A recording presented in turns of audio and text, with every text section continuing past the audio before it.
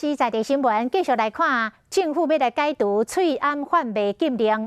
6月初一开始，翠暗就会当自由来买卖。消息一个传出，做翠暗的工厂，这个电话号卡甲壁，收到真侪国内外订单，甚至有客户一届就落订10万盒。随着疫情已经平稳咯，药房配给的翠暗嘛存真多，做假会当互民众选家己介意的色水。讲这个白色的翠暗。人上无爱。政府准备伫6月初解除翠暗贩卖禁令，消息传到国外，翠暗工厂这阵电话拢接无停。我们目前没有提供预购口罩的服务哦。有翠暗工厂接到国内客户一届几十万客的订单，业绩是比疫情之前成长20到30倍。另外，贸业者接到来自美国、日本、欧洲甲香港的订单，加起来超过3亿片。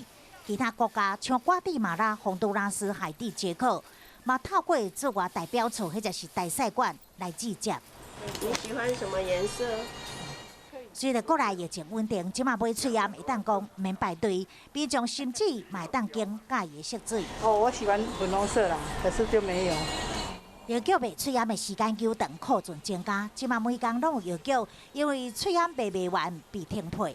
它是做滚动式的修正，这样子的话，每个药局如果被停配1天2天，也有助于每家药局去调整它既有的库存。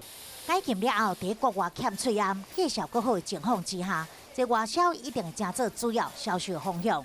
未来翠暗厂商要安怎存在，和药局通路的翠暗绩效，民众是不是当接受咧？目前经济部甲翠暗业者开会，希望有一个共识。